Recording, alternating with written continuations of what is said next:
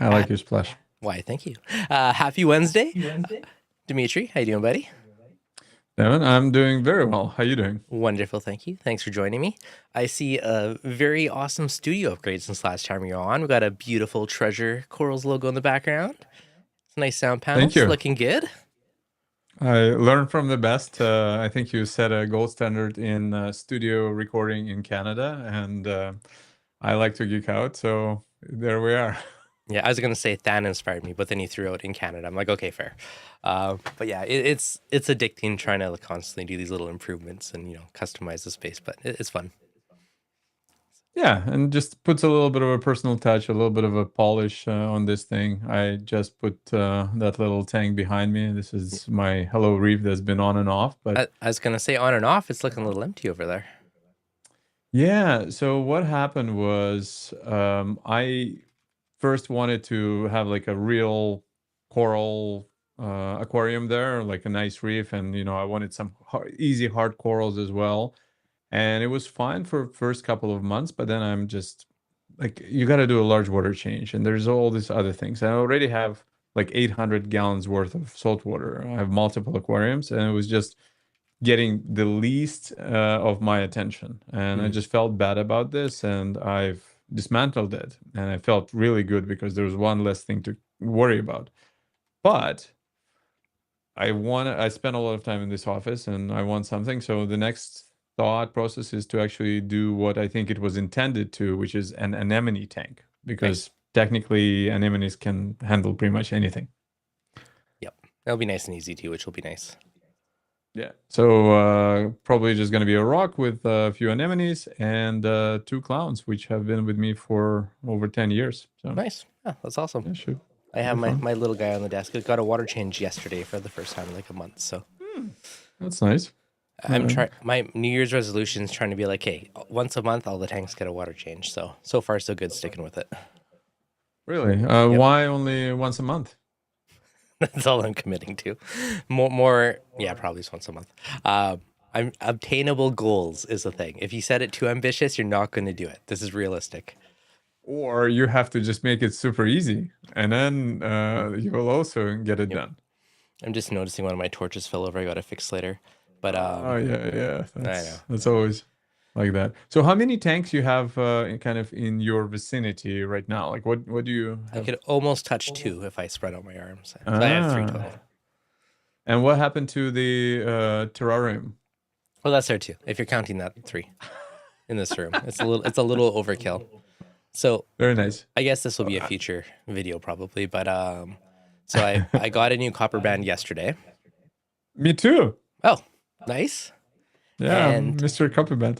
I was stressing out because my yellow tang was a bit of a jerk to my last one. So he was Okay. evicted. I caught him yesterday.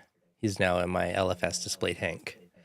So And did you just put him into the tank? Like, do you not do any uh, quarantine or something no, he was usually? in the display tank at the LFS. Oh, okay. So Oh I, yeah, I traded him. So I got a nice copper band, and then he's getting me a nice leopard wrasse I'll add in later. But the yellow, just any new fish I added, he was just a jerk to them. He was like brutal jerk. So I decided to evict him so my tank isn't just chaos going forward. and was I take it he's eating voraciously? Yeah, no, he's doing good. I'm watching him pick at the rock, eating Aptasia as we speak. And I had far too many Aptasia to get rid of, so it was on my list. Plus, I love them. They're one of my You favorites. won the lottery, my friend, then. Yeah. If you get one of those. Yeah, so it's good. Right away, he was in there. It was good, so it's perfect. So I'm happy to have one again because they're one of my favorite fish. So now I have one in both Hmm. tanks again. So everything's well. Yeah. Well and happy in the world. So I guess before we get down our 800 side rabbit holes, the looming topic of the industry slash countries slash buying anything these days, tariffs, which is nasty and sadly probably going to affect a lot of our aquarium stuff. Oh, it's so old news. It's already been Well, 6 hours since it was a big deal. I mean, the rules probably change every 20 minutes, so it's hard to keep up. But um, have you seen anything? You have a storefront. Have you seen anything affecting your side of things yet? That's a good question. No, not yet, because I think a lot of it is still kind of not set in stone. Like a lot of things are okay, things happen overnight, but it's not like you get a list with all the rules the next day. I did notice that I think both Etsy and Shopify now have a field called Tariff. It's still marked as optional, but something to pay attention to. So probably they're going to do some back something. But it's also not even clear what is the tariff between Canada and US. Yeah. Every time I Like if place you an are, order, I'm like, no extra charges, no extra charges. And I mean, so far so good, but who knows how long it's gonna last. well, yeah, because then there's a 90-day extension, but it's also not clear if it's really applicable to Canada and US. And also, yes, it's an extension, but not the 10% because the 10% now applies to everybody. Like it's very confusing.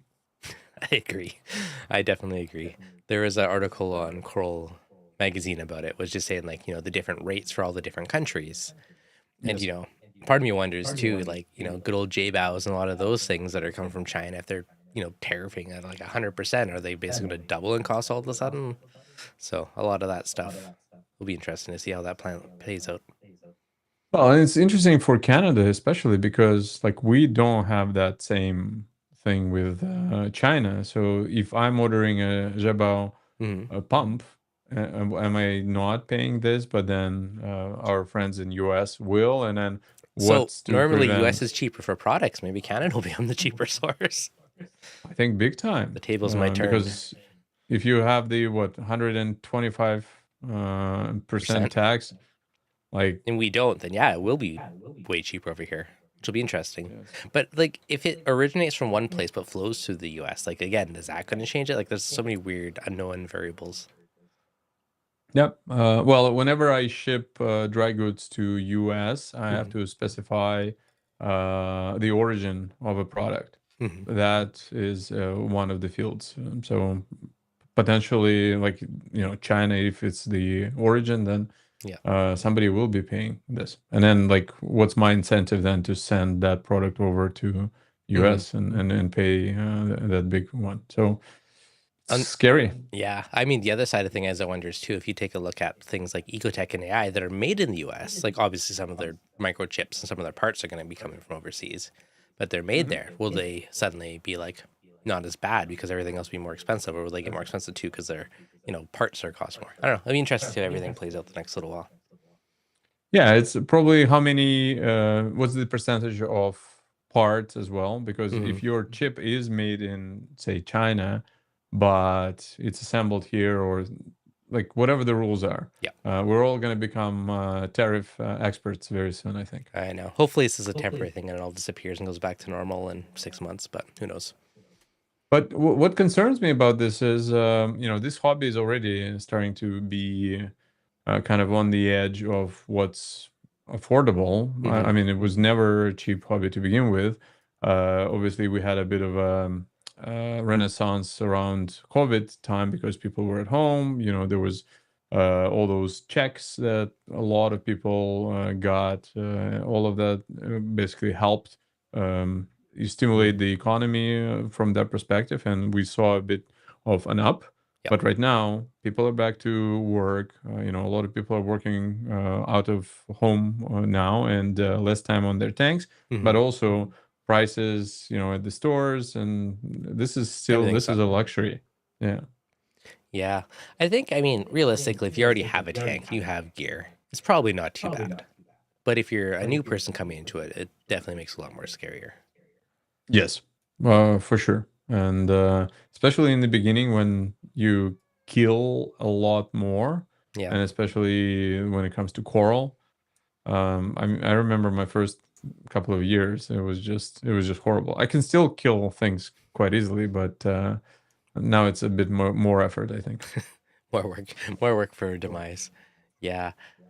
I think for the people that are still hardcore into it too, it might even be like another reason for a rise of more nano tanks and smaller systems that are actually affordable rather than the Yeah. bigger systems. I think the hobby is leaning that way to a certain extent overall. Well, like my trajectory just happened to be always going bigger, Hmm.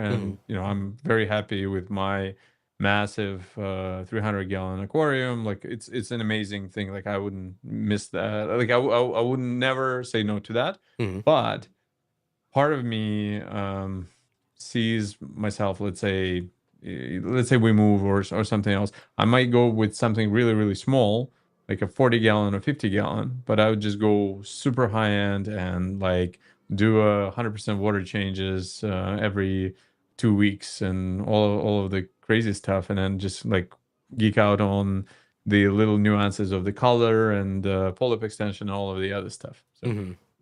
No, it's yeah. true. It's interesting. Like I really enjoy my little 14, 15 gallon tank, whatever it is, and I like all the tiny creatures. But oddly, for the first 10 years of the hobby, is bigger, bigger, bigger, bigger, bigger. Yeah. And then the last year or two, like my water box is like the biggest tank, and then I've actually went smaller a bit Hmm. in my office. But that's mainly because it was just like too hot and humid in here. So I downgraded it. Not, I don't know. I got a nicer tank, but it's a smaller tank. Yeah, you had a nice. Yeah, no, I had the Sorry. Nias. Yeah, the Was Nias is the that? smaller but nicer tank. Yeah, and I think one of our streams together, you were just unpacking it and everything else. So I'm really curious, just like what's happening with that. Well, let me show you. Yeah, you gotta let me get out of your way. Wait, let me find your camera. Yeah, so you can kind of see it, Yeah, but there's yeah. yeah, it's all I just love a it. blur, obviously. Yeah. But yeah, no, it's looking great. Like it's all torches here, and the rest of the tank is 100% Gonies. Oh, So nice. yeah, Yeah. So this became like a crazy Goni tank there. So yeah, with oh, yeah. and you've got some good color, my friend. Like Oh, it's looking really good. thank you. Yeah, I love it. I'm addicted to Gonies for whatever reason. But the biggest thing for me, it's different than what I normally do. So I'm Hmm. normally, every tank always turns into a mixed reef for me. Hmm. And this is the first one I'm doing that's more of like a flowy tank. And I've never had just like a flowy tank, so I'm like acros, a little bit of euphilia, a bit of other random Yep. LPS. So this one, And I like it. It's fun. Like I'm obsessed with Gonies. Like they provide movement. There's a rainbow of color. And then I ended up with torches, so a torch garden's in the making. But yeah, no, I really enjoy it. So it's just something different than what I've been doing for years and years and years and years. So it kind of adds a bit more excitement to the hobby again. So I'm really digging it. yeah, I agree. But I don't know. Something about the mixed reef. You sometimes you just get tired of something eventually, unless you have like a second tank on the side where you can get your hard coral fix. It's true. I It's mean, tough. multiple tanks definitely helps with that. But okay, Zoe Snow. I tried everything I could for starting up my reef tank during the Black Friday sale. That's a wise strategy. A few months ago, in anticipation of the expected tariffs were coming. That was probably a really good move. 100%. Yep. America's been getting ripped off by other countries. Time to start getting rid of. That is very debatable, but I don't know. I'm not going to the political side of this. But I think the whole tariff thing, at the end of the day, honestly, I feel like it just screws over the consumers. But because you charge a company more, all they're gonna do is pass that surcharge on to the customer. So at the end of the day, it hurts the consumers more than anything. That's my theory. Yeah, it's hard. Like, I'm still trying to wrap my mind around this whole thing because depending on what you read, there are Mhm. economists that say one thing and then the other. I'm clearly not an expert, Yeah. but in the end, what I care about is just affordability for and just a way of living, right? But yeah. We want to be able to afford a tank like this and Mhm. just kind of have fun with this. Yeah. But you got to think though, like if I'm making a product Yeah. and my margin is 30%, Yep. and all of a sudden tariffs Oh, cost me 25% more. Now I'm only making 5%. So the only way to well, stay profitable is you up your prices you and you pass can't. that along, right?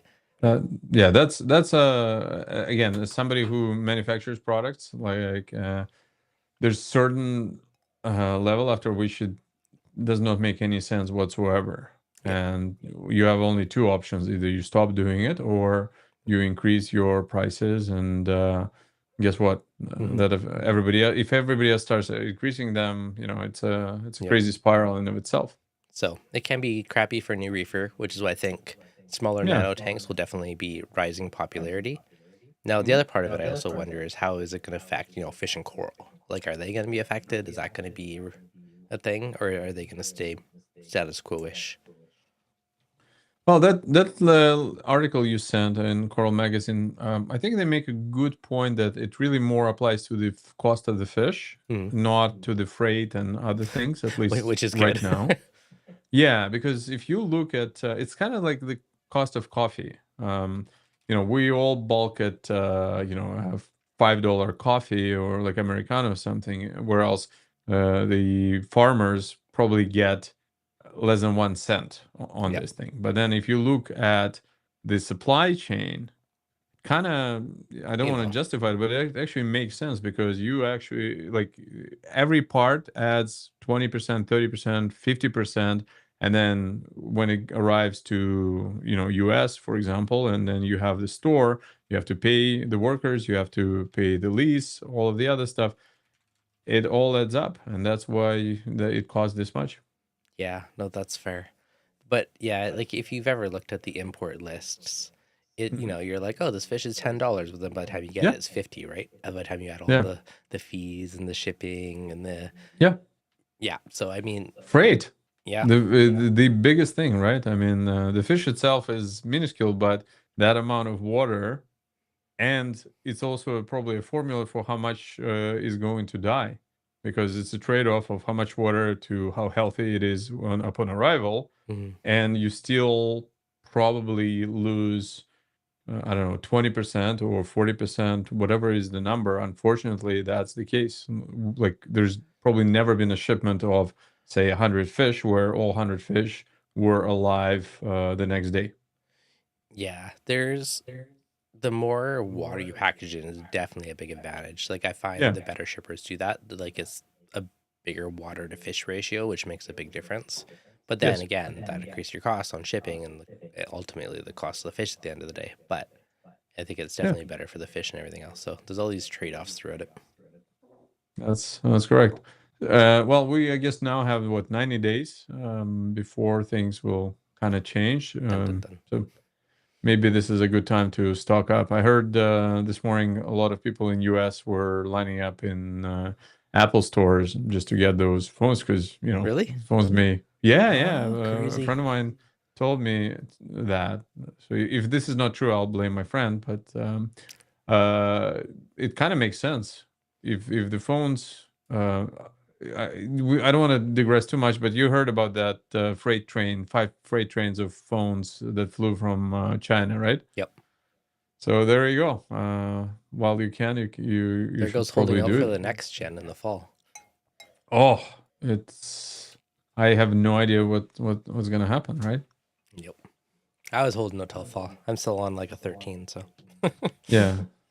But having said that, I really would like to support things made in US, for example.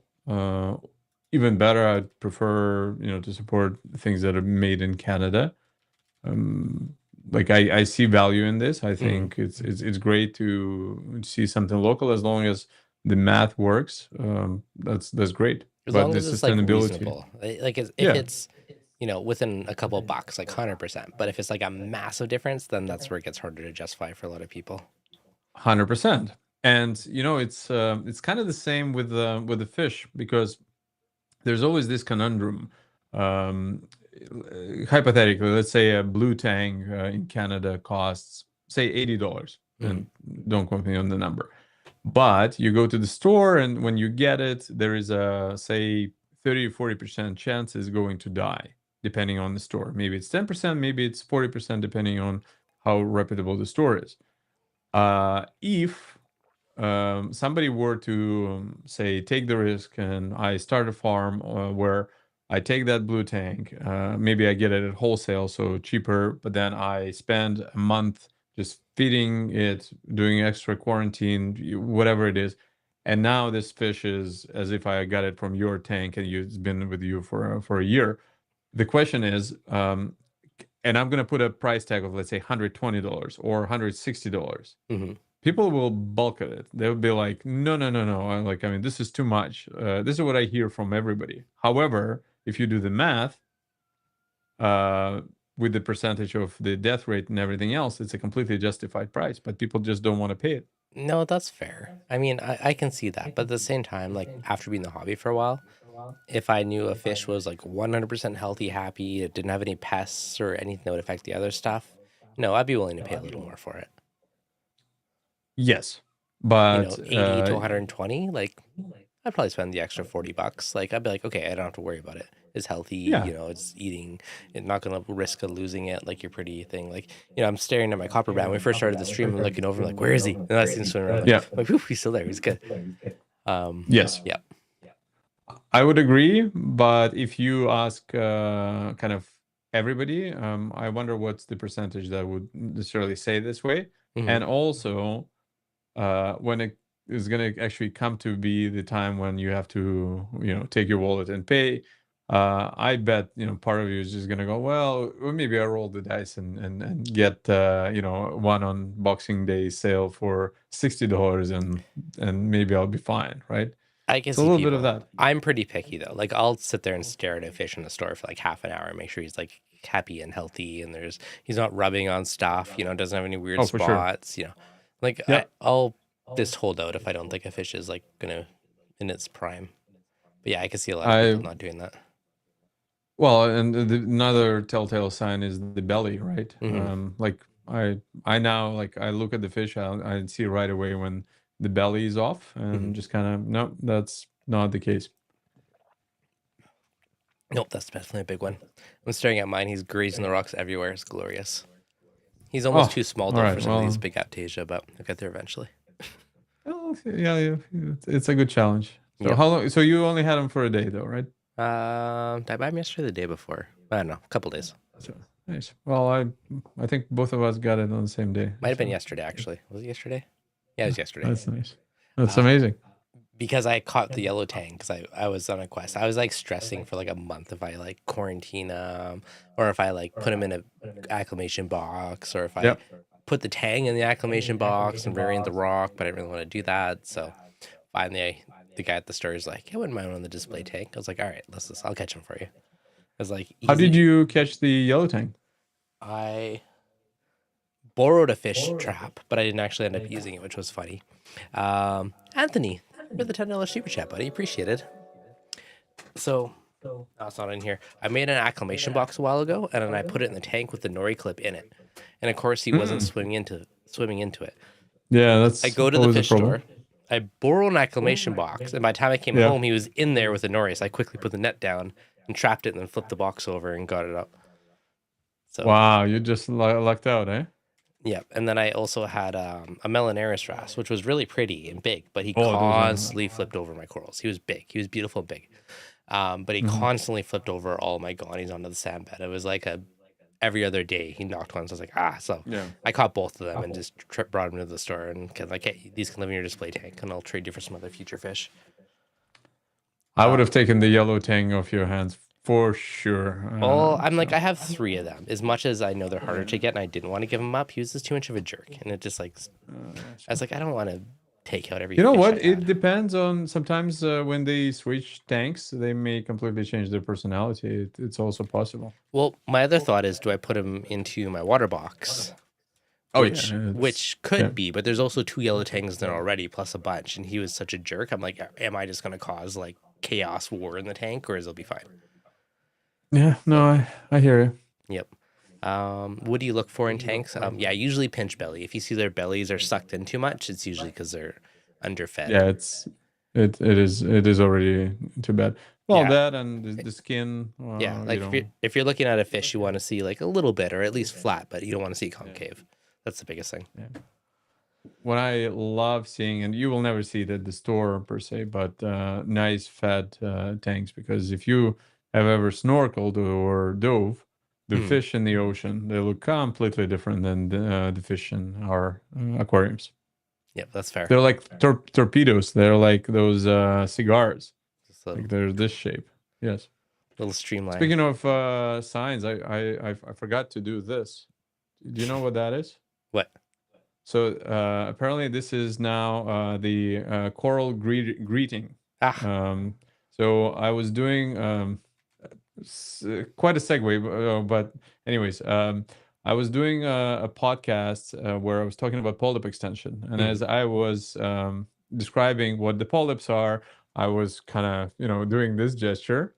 And then guess what? 2 days later, I go to a local fish store, and folks there are greeting me this way. So let That's it what be it known. was. You sent me Yeah. that photo, and I was wondering what Yes. was going on there. I knew there was something, but Yeah. So that's now. I don't know if it's going to be a meme, but if it is a meme, you'll know where it is. But mhm. I think reefers do need a greeting, so that is the greeting. So So speaking of polyp extension, I know you've been geeking out on that one yes. pretty good lately. Oh, What have you learned? yeah. Well, funny enough, first thing I did when I was thinking about it is I Googled polyp extension, and the first video on YouTube is actually you and I talking about polyp extension Mhm. probably 3 or 4 years ago. Nice. And I listened to it, and there was some information there, but like pretty much we're all kind of going, it's like that. So I went down the whole rabbit hole with this scanned reef to reef. I did some deep research using ChatGPT, all of that stuff, Mhm. and really, there's a few interesting things about it. One, there's a certain level of criteria that I think are very important, and I think we all kind of know that. So a lot of people have written about this, but you want your parameters to be in that golden zone of 8.5, 8 alk. We all know nitrates, phosphates, all that ratio. So that is easily to be looked up, and that's one thing. But then you need to make sure that there's no pests. That's a big one. And after that, it starts to get really tricky because a lot of people are saying it's all about trace elements. And I'm not sure. It could be, but it not I necessarily. For getting those extra little colors, I would say yes, but I wouldn't necessarily say that for polyp extension. That's exactly my thought. Yes. Mhm. So I think the colors I can definitely see a little bit of like that's a good argument, but for polyp extension, just does not quite make sense yet. Yep. Second thing is let's say flow, because and then there's a whole bunch of different theories there, because some people are saying you have to go as strong. And by the way, when we talk about polyp extension, we're talking Acropora, because that's Yeah. the fun polyp extensions in the first place. So you want to go as strong as possible, but not direct, right? Mhm. Because direct is going to strip it off. So say you have like a laminar strong flow kind of going this way. But I've re-listened to tons of Adam Frag Garage, interviews with all the different reefers, and they say contradicting things. Some say, for example, you need that strong flow. Some say you need a little bit of a rest in between. Yep. And some say you need to kind of reef crest, and some say no, no, no, it has to be like on and off kind of thing. That's what provokes it. Which one is correct? I have no idea. I think it's Um, more about volume than intensity. Like if you think of the ocean okay, and the yeah, waves, you have a massive push back and forth. It's not like sure, a jet, but I think that's yes, such broad constant flow around it. I think that's sure, kind of the key. I don't know about if it needs a rest or not. I've always been back and forth on that. Like back in the day, I would lower flow at night. Now I don't bother. yeah, But again, certain corals that are growing right in front of an MP60, they start to lose some flesh after a while. Like it's too much flow, right? But the corals, yes, mid tank, they're fluffy, they yep. look good. So it's always one of those that depends things. It's a tricky one. Yes, and even then, I know some reefers that have a very strong constant flow, and they have phenomenal polyp extension. Hmm. And so who knows? Next one is, let's say, lighting. Does lighting really matter or not in this case? Do you want to just kind of go 250, 300 par, or do you go higher, lower? You know, spectrum. Like, do these things matter or not? It's very hard to say. I don't think it's overly important. What do you think on lighting? I don't know, and that's where, to sum it up, it's super anecdotal. And if you go, so first of all, there's now a few YouTubers that have exemplary, they have videos of their farms. There's this Alec guy Hmm. that has just crazy, crazy polyp extension, right? Yeah. And obviously, we all like that, and we kind of geek out. But can somebody really pinpoint what it's because of? But Um, I don't yeah. know. Like in my tank, though, it depends on the coral. Like I'll have, a millie that's like not bad, but then I'll look at Okay. something, but it's not like amazing. But then I'll look at Yeah. something like my orange passion, and it's like polyps for days. Like it looks Hmm. phenomenal. Where another coral that should be more polyp is not. So what's the difference Yes. when they're, 10 inches from each other?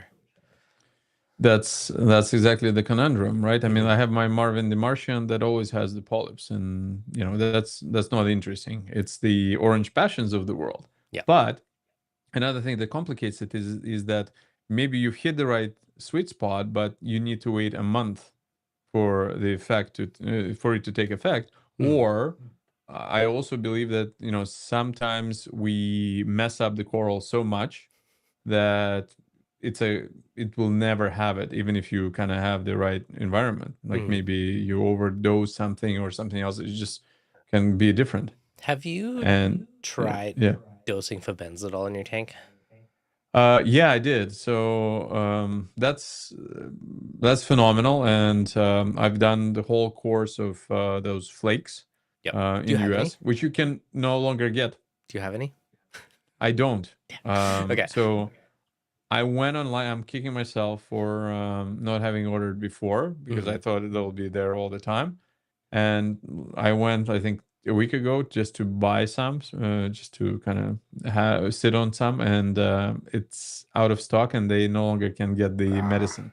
I have Yeah, it's a probably 10-year-old little thing of it's called fish benzodol that I bought yeah, before I was even in yeah, saltwater. It's probably 15 years old. It probably yeah. still works. But I was sitting there, I was like, I kind of tempted to try it, but I know it could potentially take out all my rainbow clove polyps. So Oh, it did. So I no longer have rainbow clove I have a polyps. lot of them and they're Yeah, pretty and they're hard to find. but So I kind of want to like it, save them all before I play with this. But well, that's where if I knew that before, I would have probably had this tank for those type of things in the first place. yeah. But you know what? No Acropora eating flatworms, I think it's totally worth it. And I've Hmm. never had as clean of acros as in the last I don't know 6 months or a year or whatever it is. Yeah. Like it's just phenomenal. Like my colors are off the charts. Hmm. So and check out like on Instagram I sometimes post the videos of that or even on my Yeah. YouTube. But like my colors on acros are insane. And then I went the whole rabbit hole on kind of nicer acros, and like there's so many phenomenal reefers now in the last 3-4 years that I didn't know about. Hmm. In Europe you have like Leonardo's reef, which is just insane, like what he's doing in the farm, and phenomenal YouTube content now. But in US, you've got Poto, like Pieces of the Ocean. You have Top Shelf. You have Pirates Reef, like SBB. Like all of those guys are just next level. Yeah. And even then, when they talk to, say, Adam on his podcast, like everybody's got a different methodology. Like there's not, I mean, certain things are overlap, but it's hard to pinpoint what's that little thing. It's funny because sometimes I'll message him after I listen to his podcast 'cause I chat with him quite Yeah, a bit.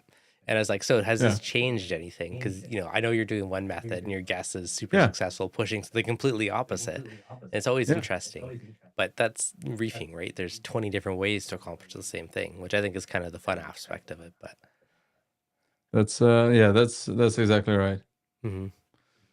So and I don't really know what else, but the one other thing. So you mentioned the flatworms, but I also everybody was worried about those white bugs or red bugs or gray bugs. I've examined. I don't have any like I've looked at the microscope and everything else and the macro lens, but there is thoughts that they may be buried in the polyps and you will never see them, or you see them at night. So at night I would put on a flashlight. I'd come down at like 3 o'clock in the morning to catch Hmm. them in action, and I'd just go very fast and Yeah. flip all the corals and look, and there's nothing. So you never know. Like, do you have like my polyp extension is nice, but Hmm. it's not nowhere near kind of that like really long stuff. Well, that's part of the reason that I was debating trying fluvenazole just like Hmm. almost proactively. It's like, I don't think I have any pests. But maybe I do. Yeah. And maybe that's why some corals are polyping, Yeah. some aren't. So Yeah. proactively, I'm like, is it worth trying it just to see if that improves the health of, some corals? So one thing with the acroporating flatworms, even if you dip and you don't see anything, like one telltale sign, at least for me, has always been you'll see the eggs. Mhm. So if you will, let's say you have 20 colonies, but you have to be able to pick up the colony and turn it over. So if it's encrusted, you can't really quite, you will never find it. I dealt So, with them once many years ago and it sucked. But one thing I did is I made a spray bottle with potassium chloride. And I drained the water level down and I sprayed a ton of the corals in the tank. oh, that's sounds horrible. Yeah, it was, but I did it. Oh, And yeah. it seemed to work pretty well. And then this is like part of, so I tried that. And then another point when I was like doing stuff, I fragged up a ton of stuff and I just basically cut off anywhere that had any death or eggs or anything or super glued it. And, I took the hammer approach. But the potassium dips worked pretty well on them, but of course not the eggs. So that's always the tricky bit. So you'd have to keep doing that over and over again, every couple of weeks to fully kill off the stuff that hatches before they can lay it again. Yeah, nasty stuff. But so seeing the whole flubenazole thing, just trying to think of like a potential, proactive thing. I think you should do it. Maybe save some of the clove polyps and put them in a separate tank of any kind. Yeah, I got to catch a ton of them out first. I don't know if they're allowed to go in the Goni tank though. It's gonna mess my Goni only system up. Yeah, just put it on a little rock somewhere. At least they grow very fast. They'll come back and just roll the dice. No, pretty much. My Nano was turned to a clove polyp tank. How long is your peak intensity and what par for SPS? SPS can handle a massive range of par. I don't think you need to be like crazy high end par like most people do. Like mine are probably, that 200 to 400. I haven't tested in a while, to be honest, but in my tank, I have about 3 or 4 hours of higher intensity, then probably about 5 hours of lower intensity, then the ramp up and ramp down. Yeah, sounds very reasonable. Yeah. I think now the industry has moved to that schedule of kind of white stronger for 3 say hours or 4 hours, and then lower, and then followed by the blue kind of diminishing. That seems to be now what everybody's using. It's the ReefDudes schedule, buddy. Yeah, and Yep. Seems all right. Yeah, so mine, the lights come on around like 8 or 9, whenever it is. They ramp up to around noon. Then noon until 3 or 4 is the whiter light, more intense, and then drops down to more of an AB plus-ish and slowly ramps down in the evening. Yeah. Yeah. Yeah. A couple people are mentioning Reef Palooza Orlando. I'm going all of a sudden now, so I'll be there. Oh, really? Last week I wasn't, but now I am. Oh, nice. Well, yeah, last minute. Very good. Let me know how you turn out. I will. Should be fun. I haven't went to a show in a few years now, so the last few years have been a bit crazy. So it'll be fun. That's how you and I met. We met at Niagara Coral Show, which I'm going to, and I'm going to be a vendor there in 2 weeks or 3 weeks? April 27th. Oh, I'll be in Orlando that weekend, Chris's. There you go. So if anybody wants to drop by and say hi, this is the time. I'll have a whole bunch of coral and other products. Nice. Any cool gonies that I don't have? I only have one goni, which is going to be the red goni. I think it's kind of the standard Oray red goni, but mine I have a huge affection for it, and it's like insane deep red color, and it's like super robust. So I've always had it. That's the one that has been with me for a very long time. I've only recently fragged it, and there's going to be a bunch of frags for it. Nice. You know what? Yeah. I'm pretty sure my original gonies that are like massive and really pretty in my water box, I'm pretty sure I originally bought them at the Niagara show. And I think it was from, I wouldn't be surprised. Little Shop of Corals or something like that. It had like Little Shop of Corals logo or something like that. He is the one that is organizing the this one. So, that's cool. Yes. Perfect. We'll see if he has any other cool gonies for me. But yeah, I'm pretty sure I bought them as tiny frags. Now they're like massive in my tank. So that was the original one years and years ago. Isn't it nice? It is. I love it. I can't wait until the Niosis turns into an absolute just rainbow of gonies. You know what I actually set since it showed up today. I bought a bunch of these little like frag tiles. So I'm gonna start making sure everything's on them. I can still move stuff around if I want to. Where'd you get them I ordered from BRS, but I bought 2 different ones to try out, just different. Oh, cool. Because I like All right. I like them on so they're movable still, so you can rearrange it and like play with like the colors to contrast to make stuff pop more. I guess you have a few more orders in you before they raise the prices by 25%. Well, I was worried when this one came, but so far I was still safe. Every time I order anything now, I'm like, is it going to cost more? Is there some magical bill later? But yeah, so far so good. Yep. So yeah, I guess if you're wanting to do a big reefing purchase, it might be a not bad time to do it before stuff potentially goes up. I would agree. I would agree. So speaking of new toys, I know you, sir, have been playing the AquaWiz. I know I talked about this thing like a bunch lately because I kind of want one. I keep thinking about it. But how's your experience? So first time I found out about AquaWiz was actually on Adam's. I think it was Anand who was collector corals. He was talking about it, and I looked it up, and it's a really like a different way of looking at your alkalinity. But I, read up. I went to Reef, and people were raving about it. So I figured, it's interesting. I got myself one, and have been running it on the farm. And first of all, like a lot of people don't actually know anything about it. It's tiny. It's the size of I don't even know, like maybe 2 phones together, 3 phones. Oh, is that small? Nice. That's it. So it's like it's one box, and the way it works is there's only one tube, so there's no reagent, and it has just one tube that connects to the water, and it constantly throughout the hour draws some water in, and I think it expels some more water, so that water is always kind of up to date. And it has 2 tubes in there with the air stones. It's like a bubbler. And it measures that pH differential thing, which is apparently the most accurate way to measure alkalinity in the first place. It's just so simple, and there's no it's- reagents, so that's like it intrigues me. And it's tiny, and Even better. it is super accurate, and it does it every hour. Which So is basically, cool. I now like I've used it for about a month, and then I got myself a second one that I put on my second tank, and this is kind of it's got the iPhone app, so you can see everything. It's not connected to your, like, you don't have to be on the premises of your yeah, this is the thing. I don't know if it's gonna focus on this. Cover your eyes. Yeah. There you go. Yeah. So, but anyways, it's got I can connect it anywhere. Like I can connect to it anywhere I am, so I don't have to be at home. And it has a doser. So you basically go in. Let's say you calculated. You say that to raise my alkalinity by 1 DKH, it's going to be 57 mils of alkalinity solution. And then that's all you need to do. After that, you hook it up to your alkalinity container. It will take the alk from it, and then it will add just enough throughout that hour. It'll tell you how much it did. You have all the logs and everything else. It has the safeties. But you can see every hour how much it changed it, which is cool. Like, I just love how frequently you can know.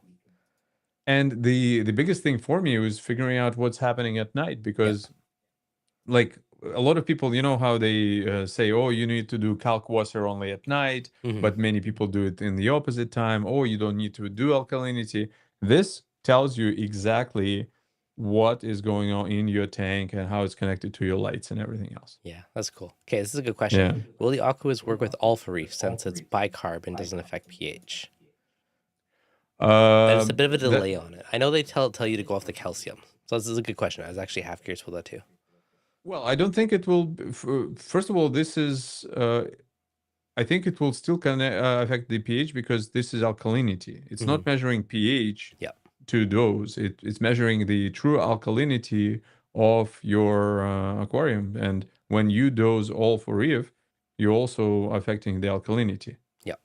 It's a bit of a delayed reaction. So I don't know if the dosing would be a little bit off with it, but I'm sure it'll work fine. At least just for like monitoring things. And you can hook it up to Apex as well. Yeah, that's nice. That's really, really cool. So basically, or I guess for hydras, because it doesn't really matter. You've got that pH probe connector. Yeah. So now you just rename your pH to alk, and you can program the heck out of all the extra safeties and other things. It's pretty awesome. Do you hear it or notice it running? So I will say the one in my farm, I didn't even know that it was running. Like you I know hear this is your absolutely farm. nothing. It's Yeah. it's not silent for sure, but the one in my kitchen, if I get really close to it, and right now it's not in the cabinet, it's actually outside Okay. because I haven't run all this. Like from here, I will hear the little dosing thing moving for sure. Yeah. But I also have pretty sensitive, like I'm very sensitive to all the sounds. But if you have it behind, like in the cabinet, which is what it's designed for, I don't think you will hear anything. And it's definitely quieter than any Nice. other dosers Perfect. that are out there. Yeah, I'm OCD about noise, so I've been asking everyone that has one about I'm this too. question. Okay. And then how often do you have to calibrate it or like maintain it? So I've only calibrated once, like a month ago, and Okay. then I still do manual testing just to sometimes check. So far, it's been spot on, and Nice. I still have my Trident. So it's the two things go hand in hand. It's if anything, I think this thing is less kind of swinging either More way. consistent. Yeah, Nice. Solid. Now the other yeah. part of the fun is I heard you are now a distributor for them in Canada. I am the exclusive I know who to distributor in bribe. Canada. Yes. So I did I did take the plunge on this one. Like I was just that impressed with the product that I've decided to kind of invest, and I am able to sell anywhere in the world. Nice. But primarily, I guess Canada is my number one goal.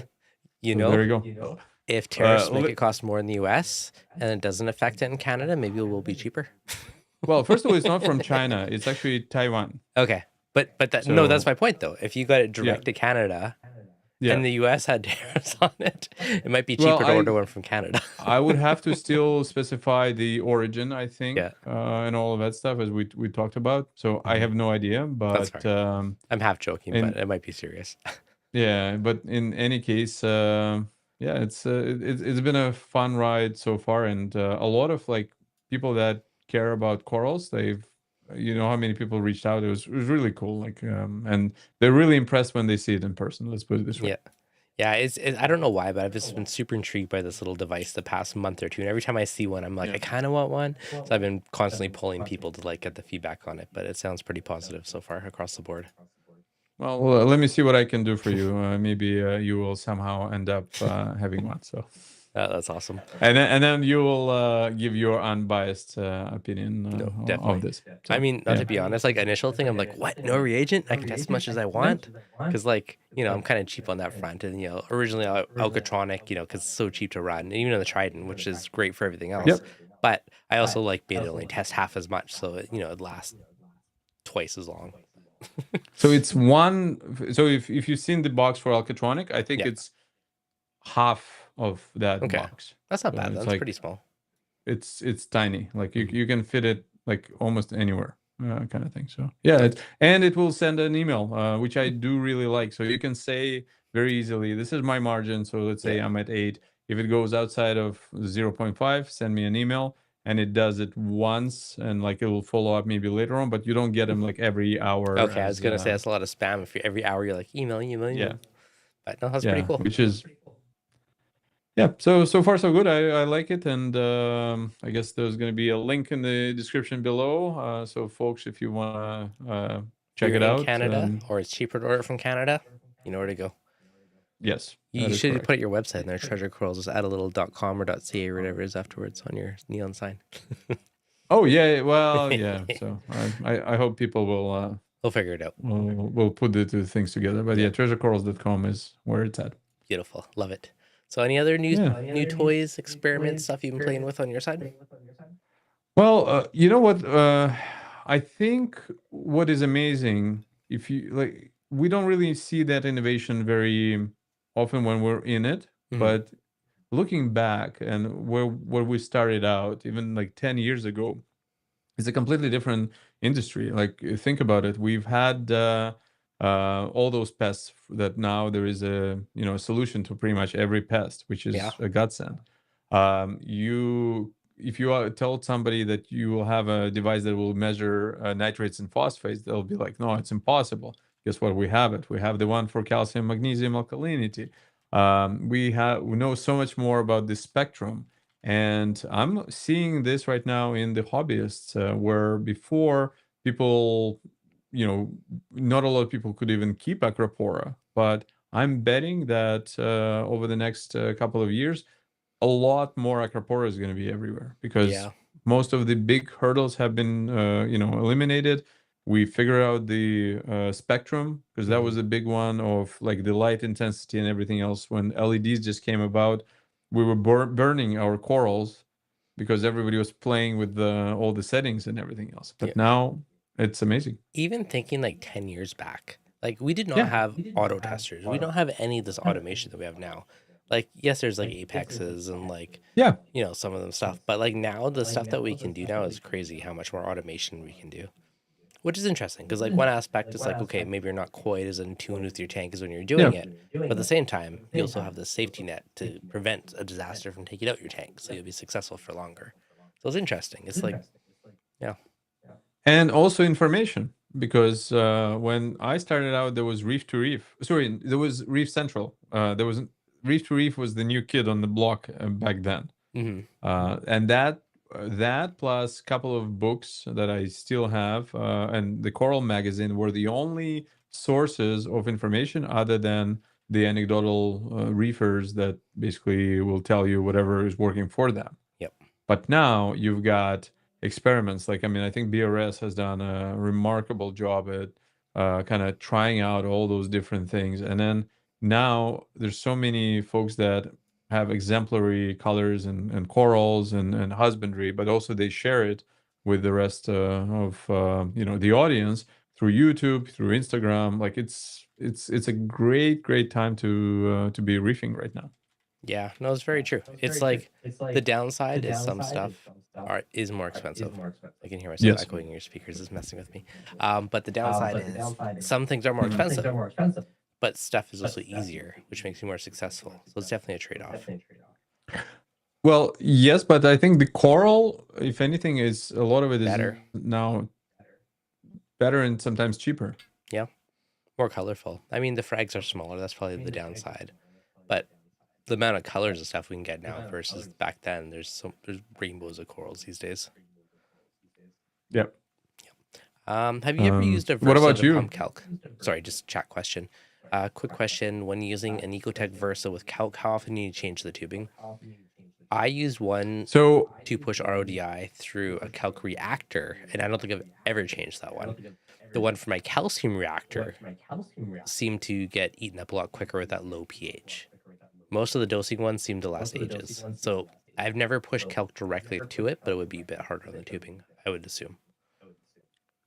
exactly the same thing. I never pass the kalkwasser through it. I pass the water to the reactor, and then it just overflows, Mhm. and that thing works phenomenally. Although my calc reactor, both of them kind of starting to leak at the same time, so I'm now I've taken them offline, and I need to figure out how to Me too. do all of that regluing or something. I pulled mine off because it's leaking a little bit. I actually bought some Weldon 16 to just run a bead around it till I re-glue it, but I haven't done it yet.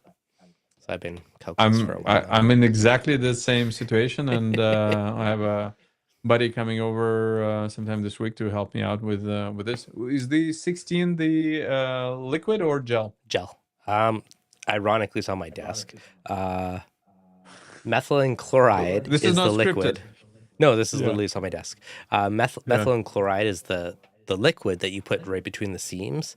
If you have bigger stuff, it's in my car, so I can't show you. But the Weldon 16 is more of like a gel that will glue it. So if you got bigger cracks, your cuts aren't perfect. The 16 is Oh, better for really? water tightness. Where if you have nice, Wow. pristine, perfect cuts, the methylene chloride just kind of like fills the gaps and fuses it. Okay. So that, and then well done 16. Okay, I'll research it. I would Can just you buy it buy. on Amazon or You can, but it's more expensive. I just bought it at locally if you have acrylic one, store? industrial paint and plastics. Oh, I think it okay. was like 22 Yeah. bucks for a big tube, the smaller ones. But I would just run a bead around the outside and the inside, then you're 100% sealed up and good. Okay. Well, I'll definitely be doing that. But it's amazing how they all kind of went at around the same time. So I have two kalkwasser reactors, and they just kind of starting to leak and a little bit more and more. And I'm like, at Yep. some point, I'm like looking at, oh man, there's like a puddle, and then I'm That's why I thinking, pulled mine off for yeah, now. you have, yeah, the gravity works against you. Like, I mean, there's no way to go but down, and then like it's really a mess. And kalkwasser is corrosive, right? It's gonna slowly eat away at whatever, Yeah, especially when it's saturated at pH of like 14 and yeah. one canister. It's gotta like slowly put stress on all the seams. You know what else is corrosive? Muriatic acid. I would agree. Have you had any experience with that? Not for reefing. I feel like I use it to like remove paint off concrete or some random thing, but I usually stick to like citric acid level for cleaning.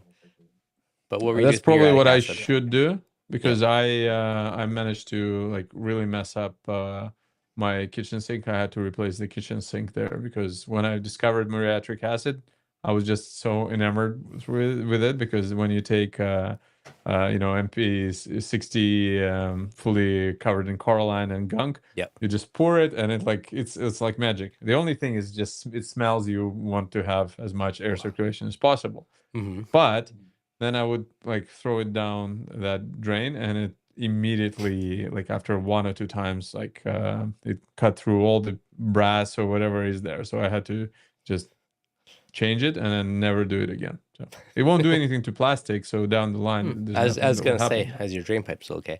Yeah, Yeah. no, so yeah. Okay. Yeah, it's strong. It's a very, very strong acid. I f- I think you can use the lower pH or something. There's some other random reasons in my head related to reefing, Hmm. aside from cleaning. Okay, question in the chat. How do you get rid of red planaria flatworms? Flatworm X works. I've used it in the past. When they die, they are toxic. Hmm. So you do want to suck them out with like a water change hose as they're dying after your treatment, and then run carbon afterwards to remove those toxins from your water. Have you dealt Yeah, with red I planaria? never had them. Okay. Never even seen them. I don't even know. The only ones I had were I guess the first platforms that when I just got into the hobby, which were the good ones, those ones with like spiky ends or something like that. I had them once, and apparently the moment you introduce like a ras, he ate them all. But they were the good guys. Yep. And then it was the Acropora eating flatworms that were the bad guys, and that flugamendazole or whatever Mhm. takes care of it completely. Yep. Phil, use baking soda to neutralize the muriatic acid. Good to know. Makes Yep. sense. Yeah, flatworm exit. Sorry, that's the one I was thinking of, not flatworm X. Yes. Flatworm exit. There you go. There's a video I did like 6 years ago when I had them. Oh, nice. Yeah. Thanks for the advice on the baking soda, by the way. So I think this is kind of what probably Trident NP does because They do give you something to dump in afterwards. they have something because I've learned my lesson, so now I'm like super careful what I put down the drain, and they do have that whole thing there. So That makes sense, actually, if that's what it is. yep. Speaking of carbon, do you guys run it 24/7 periodically? I rarely run carbon anymore, primarily because I use ozone, so I don't feel like I need carbon. So for me, it's very periodically. I did a full 360 on this one, and this is the right term to use 360 because here it's appropriate. I was Team Carbon, then for the longest time I wasn't. And then I think when I was on my polyp extension quest, the whole concept of DOC came up, and dissolved organic what is it, compounds or Compounds. solids. Yeah, it's and apparently carbon helps with that, and I have been experimenting with this. So you don't want to overdo it. and like my water was never yellow in the first place. But I can definitely, um, I've done a fair bit of watching my tank, and I've done a lot of, let's say, wet skimming, Yeah. and I highly, highly, highly recommend anybody to try it, because if you haven't never done it on the tank, the first time when you do it, like where basically you take that hose from the cup and you have a bucket, you better be at home when you do that and don't go away, and you Hmm. just kind of crank it up so now it starts overflowing. That first 2 gallons or whatever will come out will Hmm. be like the nastiest stuff ever. Ah, I did a video on that like a month ago. Oh, really? Okay. Like So, skimmer water change, I called, or something like that. yes, Yeah. yes. And what was your experience like? Well, my logic, at Yeah. least, like when if I do chemi clean or something, when this is what I used to do. I do chemi clean, then usually I do nothing. Then eventually, like if your skimmer's going crazy, you can do that and just extra wet skim to pull out all the stuff that makes the skimmer go crazy. And I was Yeah. like, not that I do this normally, but every once in a while, I was like, so it actually kind of makes sense to just do as your water change because it's pulling out the nastiest stuff in the organics. So, I mean, it takes Correct. longer, and yes, you got to be around, but you're essentially targeting the organics and the nasties that your skimmer would be taking out. So, rather Yes. than taking out the good stuff, you're just focusing on the bad stuff. That was my thoughts. Yeah. So, and would you do it again, or do you do it Yeah. like? I wouldn't do it like No. all the time because it's Yeah. more work and it smells a bit funkier and you got to be around. But I think it's Yeah. good to do periodically just to kind of target the extra organics that might be in your tank. What do you think? I would certainly agree. Similar hot take? Yeah, I'd say maybe once a month, once every couple of months, and I found that some tanks have it more than the others. Mm-hmm. But it's a nice little cleanse to just make sure that you don't have that, because there's just so much stuff in the water column that we also sometimes cannot even extract or test or whatever. What's your preference for bringing the phosphates down? My preference. Yeah. uh, so I mean, ideally, water changes and other stuff. I have higher phosphates. It's an issue. Every once in a while, I'll use GFO to knock it down if it's too high. Mm-hmm. But I also feel like it steals trace elements and other good stuff, so I kind of do it sparingly. Probably every few months, I'll use it just for like good measure to like maintenance stuff. But what's your thoughts on it? Yeah. Well, I think GFOs are now no longer in vogue. Kind of, if you look at it, because I don't know if it's big binding of all the good trace elements, because now everybody's about the trace elements. The I've not done the moonshiner method. I will at some point do the ICP. I've done many fauna ICPs, but I want to now do the OMS ICP, or whatever the fancy one is. Yeah. Oh We yes. have Reef Wholesale who does the Oceamo, and Mhm. I promised to do it, and I just always my tank is never really a good representation of what I think it really is, because I keep tinkering with it too much, and I'm waiting to do like at least 2-3 weeks where I don't mess with it at all, so that when we do a test, then it's the actual true test of what my water parameters are. But Yeah. my point is that I've seen so many reefers now where I come over to their place and they have a whole shelf of 20 different elements, and like it's Mhm. out there for sure. So I Yeah, don't know. no, for sure. In the chat, have you used your food choices to help in lowering phosphate? So I primarily feed mysis, which I should rinse, which would probably lower it. But mysis is my daily, and I also feed nori. I Yeah. probably not every day, but most days I feed nori. Yeah. The But nori is probably do most you of the phosphates, know to be honest. But what has more phosphates though? Like, I mean, is let's say if you were to compare rinsed mysis and pellets. I think pellets. I recall one of the BRS videos saying if your phosphates are high, you should feed mysis more. Yeah. And it's like, that's all I feed. But I'm sure the nori is a good chunk of it. But I also don't rinse it. So I'm getting that lovely lake water, whatever is mixed in with it, which who knows how much is in there. But That would be a nice test to do. the hard thing is, though, is concentrated, right? Versus like the diluted in your tank. So it's hard to like directly say. Yes. But I don't know. I I still agree. feel mysis is like everything eats it, everything goes for it.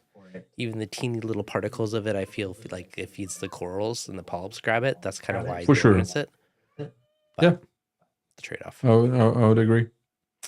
Yep. So I don't know. It's one of those things. I mean, flakes probably less phosphates of everything, but You know, the food I really liked recently is I think it's Atoll. Reef Wholesale kind of has now kind of a brand, I'll have to try some.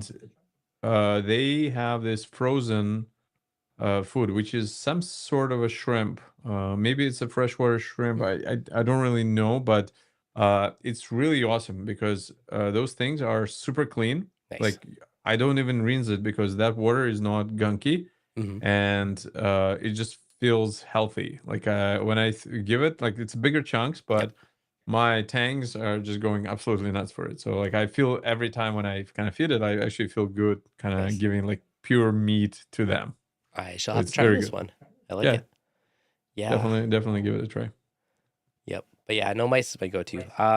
Another question in the chat just before I forget about it. Does anyone mess with ozone, or is that a relic of the past? I always feel the downsides are dangerous and potential benefit. I use it on all my big tanks. I feel like ozone is a wonderful, glorious thing. Too much can be bad, but a little bit is Yep. glorious. It removes the fishy odors of your tank. So if you have a spouse that's complaining your tank smells funky or something, it gets rid of that. It makes your skimmer less nasty. It makes your water crystal clear. It helps break down organics in your tank. Like, to me, there's a lot of benefits. And if you look at carbon, it's like the whole HLLE thing with carbon. It's all about the small fines of powder and stuff getting in your tank. So it's Yes. you don't have to pay for the renewable nature of using carbon.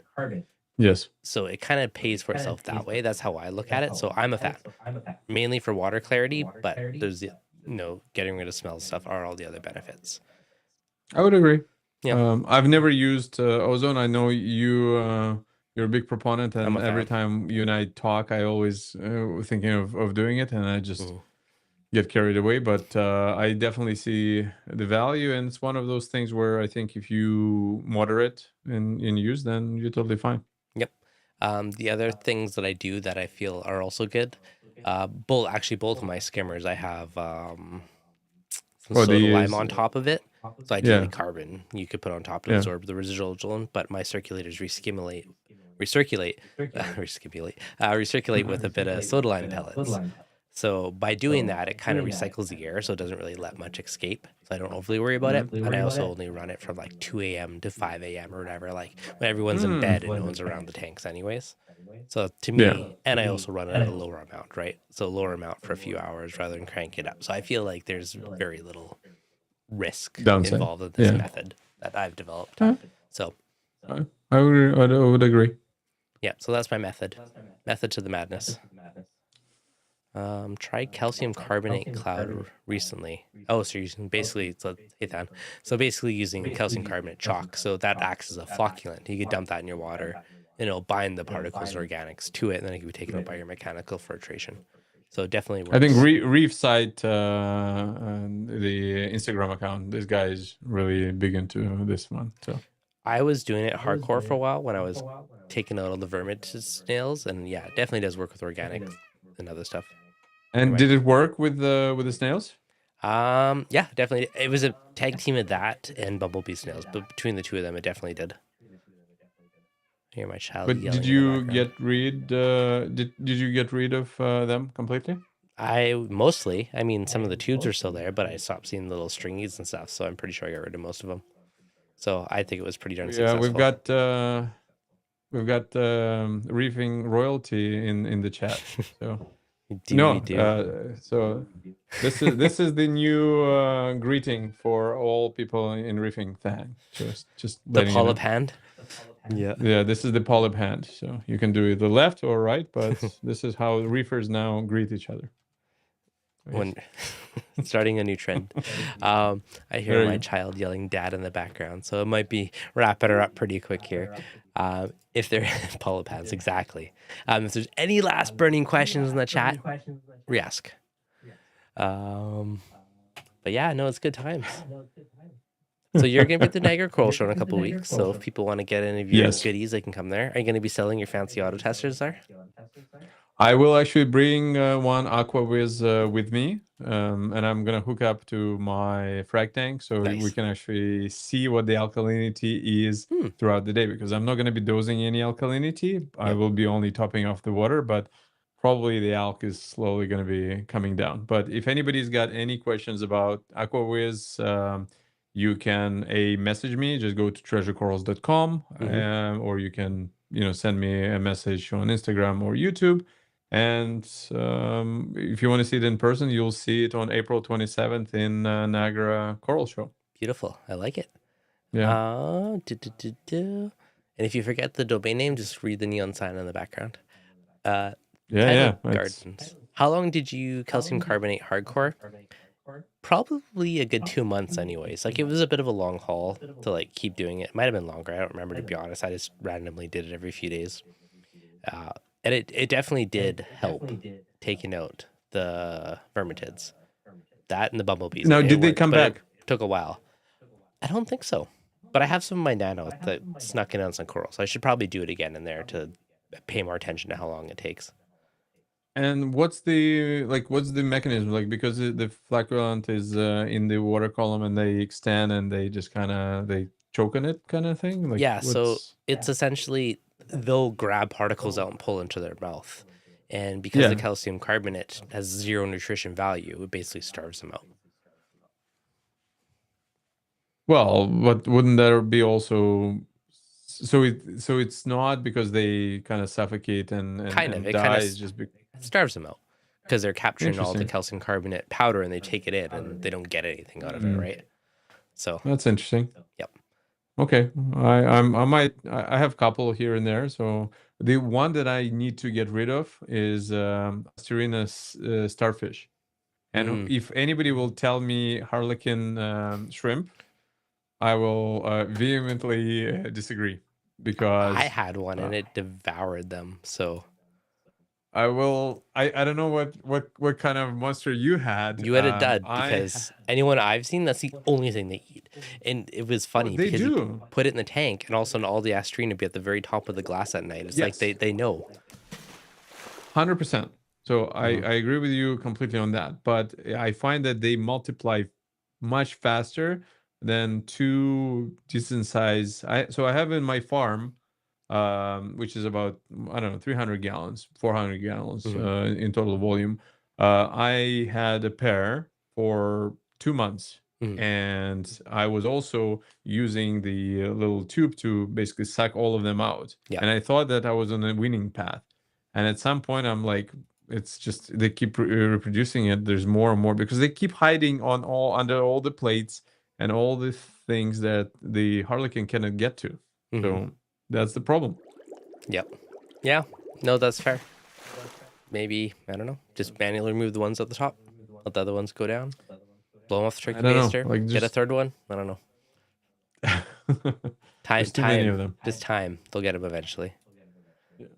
If you have millions of Asterina stars, it'll take a while. Bonus is you have a shrimp for a long time. It's true. They're a super cool thing. It's shrimp. So, I mean, if you can keep them going for ages.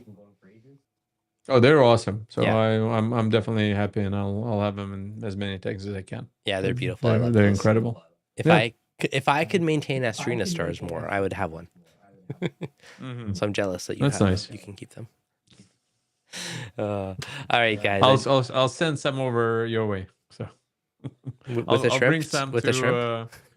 Yeah, I'll be in Orlando I'll for bring that one, some. unfortunately. But there you go. We'll be fine. I know. We'll see. We'll rendezvous at some point. But yeah, thank you for joining me tonight. I hate to cut her short, but my tiny human is protesting for daddy in the background, so I gotta go appease. But yeah, thank you guys for hanging out tonight. You know, if you're in Canada and want an AquaWiz, you now know the Canadian dealer of the source. Get you what you need. Yeah, so if you're in Canada, Toronto, Niagara Coral Show will be fun. If you're going to Reef Pros Orlando, I shall be there now, so it should be fun. So come say hi. And yeah, as always, hopefully you guys enjoyed the stream. And we will see you next week.